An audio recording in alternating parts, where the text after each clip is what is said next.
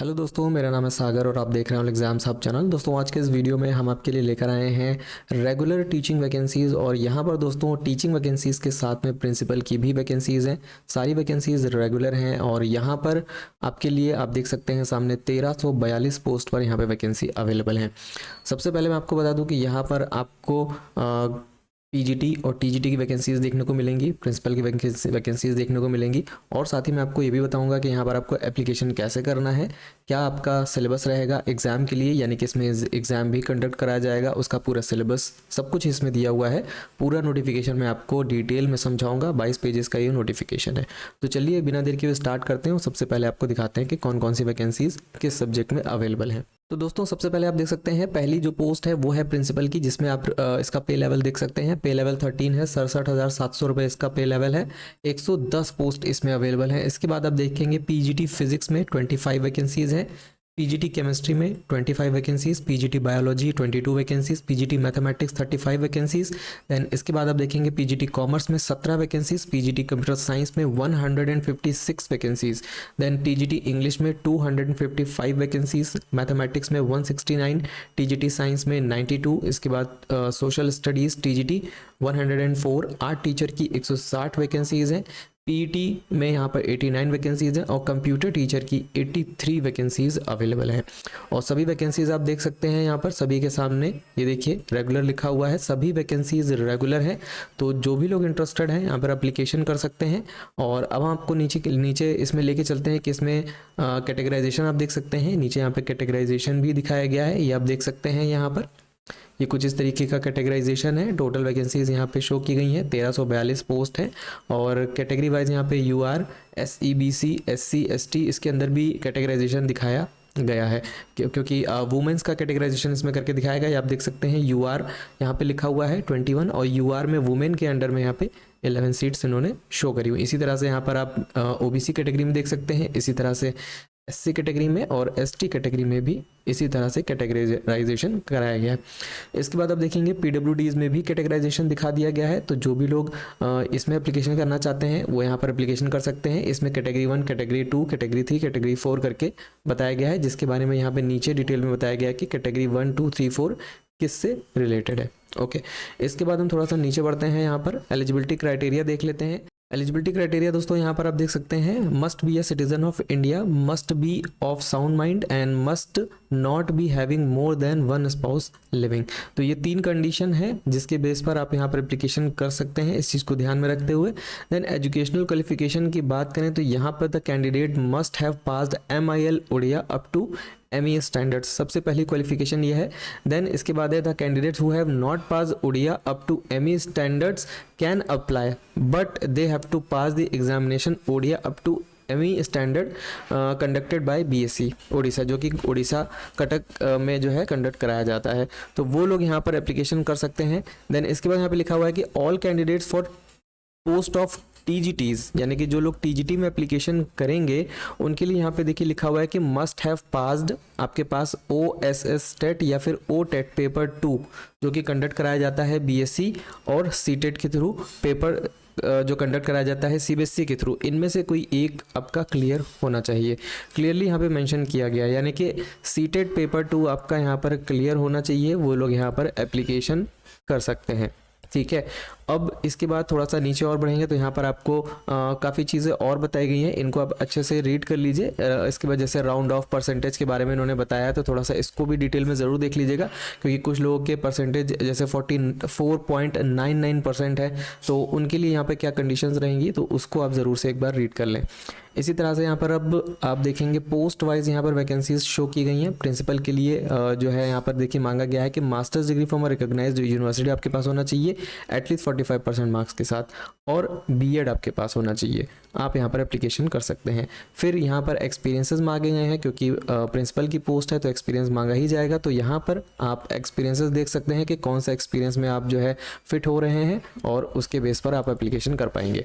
Then यहाँ पर आप देखेंगे फॉर PGT की जितनी वैकेंसी है उनके लिए मांगा गया है कि 2 year integrated post graduate course with at least 50% marks, okay, और 45% SC ST PH और SEBC कैंडिडेट के लिए है in any of the following subject, जिस सब्जेक्ट में आपका यहाँ पर वैकेंसी मांगी गई है।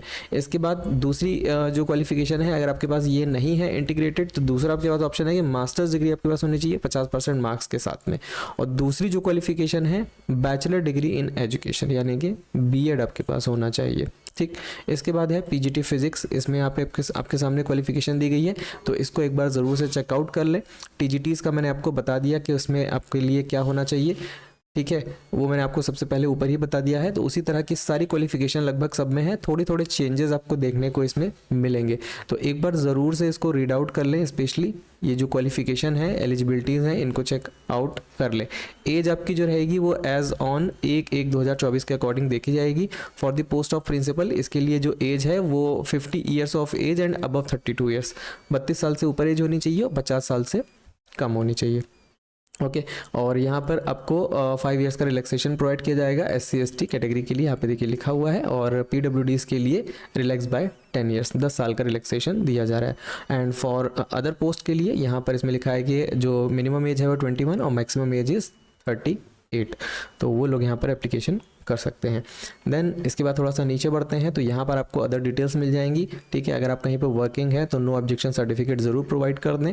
इसके बाद सिलेक्शन प्रोसीजर आपको यहाँ पे बताया गया कि कंप्यूटर बेस्ड टेस्ट होगा, उसके बाद आपका इंटरव्यू होगा और एक परफॉर्मेंस टेस्ट भी लिया जाएगा। तो 3 क्राइटेरिया में यहाँ पर आपका जो है एग्जाम रखा गया है।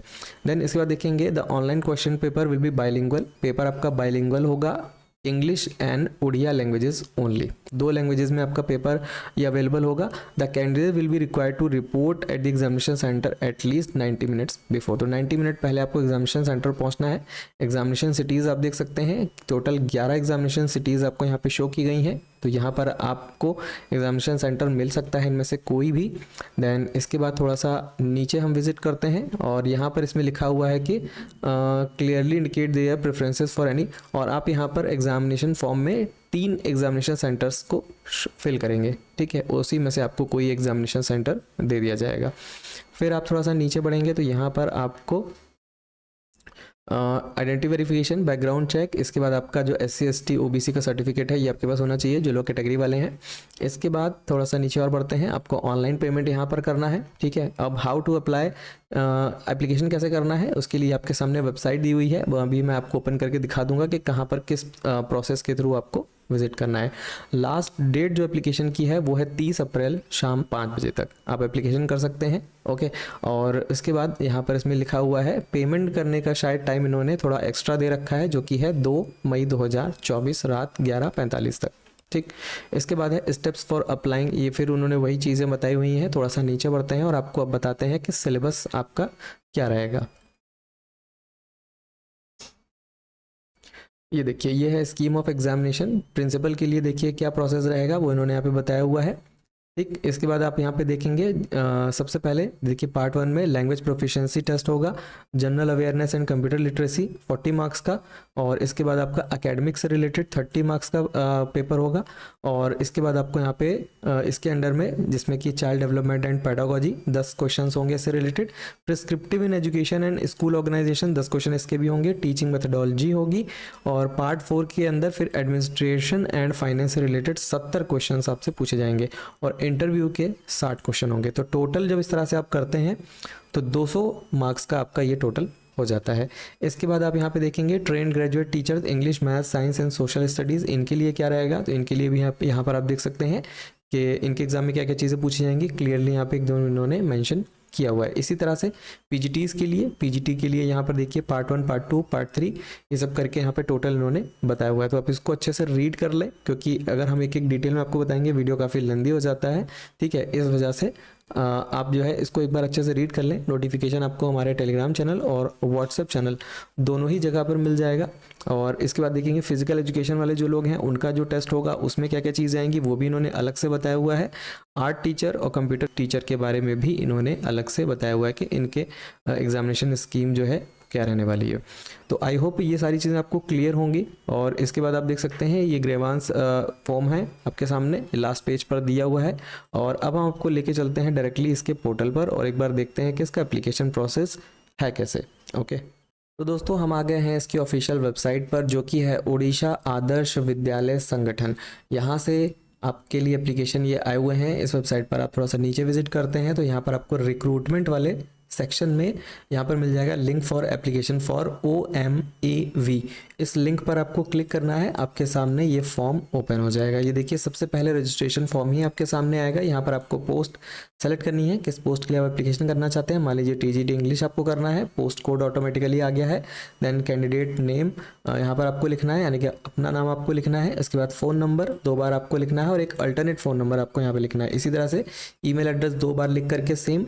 इसके बाद आप जनरेट OTP करेंगे और OTP डालने के बाद आपको यहाँ पे आई एग्री पे चेक करना होगा और उसके बाद ये कैप्चा कोड डाल करके रीवेरीफाई पे क्लिक करेंगे। इतना करने के बाद आपका रजिस्ट्रेशन कंप्लीट हो जाएगा। रजिस्ट्रेशन की डिटेल्स आपके मेल या फिर आपके फ़ोन नंबर पर आ जाएंगी। देन इसके बाद लॉगिन पर क्लिक करेंगे। लॉगिन पर आपको यूज़र आईडी, ठीक है, जो भी मिली होगी या फिर ईमेल आईडी ही आपकी यूज़र आईडी हो सकती है, उसको आप यहाँ पे डालेंगे। पासवर्ड आपको मिलेगा वो आप यहाँ पे डालेंगे और यहाँ पर कैप्चा कोड डाल करके लॉगिन करेंगे और इसके बाद अपने फॉर्म को भरना स्टार्ट कर देंगे। तो ये प्रोसेस था पूरा कंप्लीट। इसका एप्लीकेशन प्रोसेस भी हमने आपको बता दिया है और फॉर्म तो आप फिल कर सकते हैं। अगर आपको कोई दिक्कत आए तो आप चाहें तो किसी साइबर कैफ़े के थ्रू भी आप अपना फॉर्म को फिल करवा सकते हैं, ठीक है। तो जो भी लोग इंटरेस्टेड हैं एप्लीकेशन करिएगा और ये नोटिफिकेशन आपको हमारे टेलीग्राम चैनल और व्हाट्सएप चैनल दोनों ही जगह पे मिल जाएगा। रेगुलर वैकेंसीज़ हैं, जो भी लोग एप्लीकेशन करना चाहें एप्लीकेशन करिए। और अगर आपको कोई दिक्कत आती है तो आप हमसे बात कर सकते हैं इंस्टाग्राम, टेलीग्राम या फिर यूट्यूब के थ्रू। मिलते हैं किसी अगले वीडियो में, तब तक के लिए टेक केयर एंड जय हिंद।